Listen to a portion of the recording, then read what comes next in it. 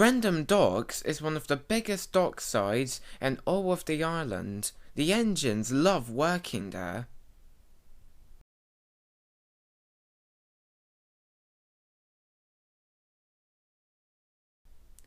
Cranky the Crane doesn't like working at the docks at all. It is always noisy, and he never gets any sleep. He has to work day and night unloading the ships with only the seagulls for company. One day he was unloading pipes from a ship onto a flatbed. The flatbed was for Salty to take away, but he was late. Cranky was getting very impatient. At last, Salty arrived. "Ahoy, me hearty," said Salty. "Where have you been?" snapped Cranky.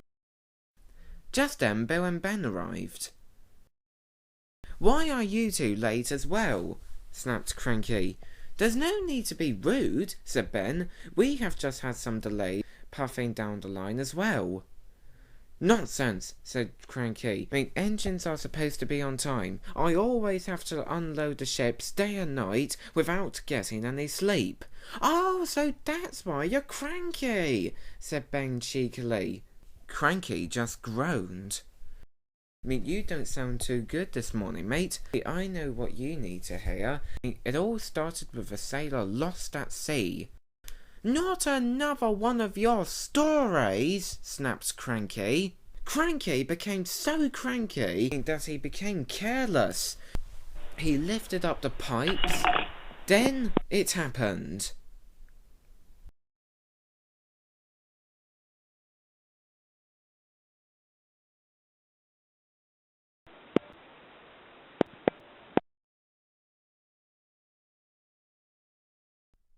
"You've blown down the main line now, matey," said Salty. "I didn't mean to," said Cranky. In his office, the Fat Controller was being measured for a new waistcoat. When he heard the news, he went straight to the docks. "Cranky," he called in a speakerphone, "you have made a naughty mistake." "Yes, sir. I'm sorry, sir," said Cranky sadly. "Bill, Ben and Salty," called the Fat Controller, "you three will have to stay here for the night. Harvey will arrive tomorrow to clean up the mess."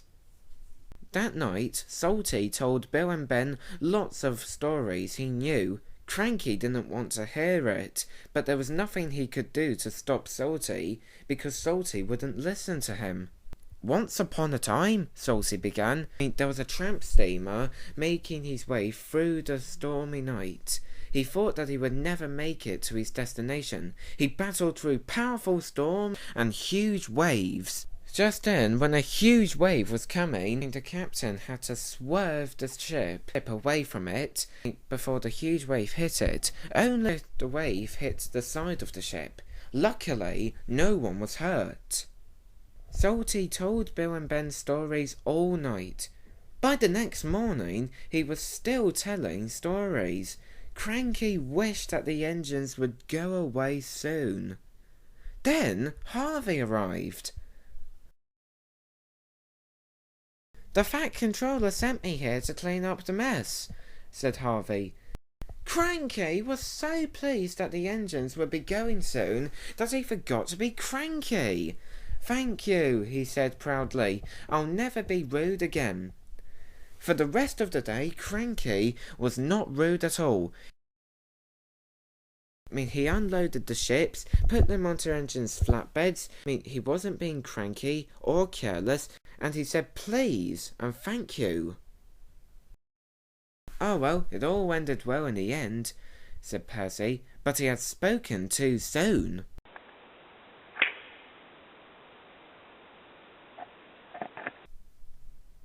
"Maybe not too well," chuckled Thomas. All the engines laughed.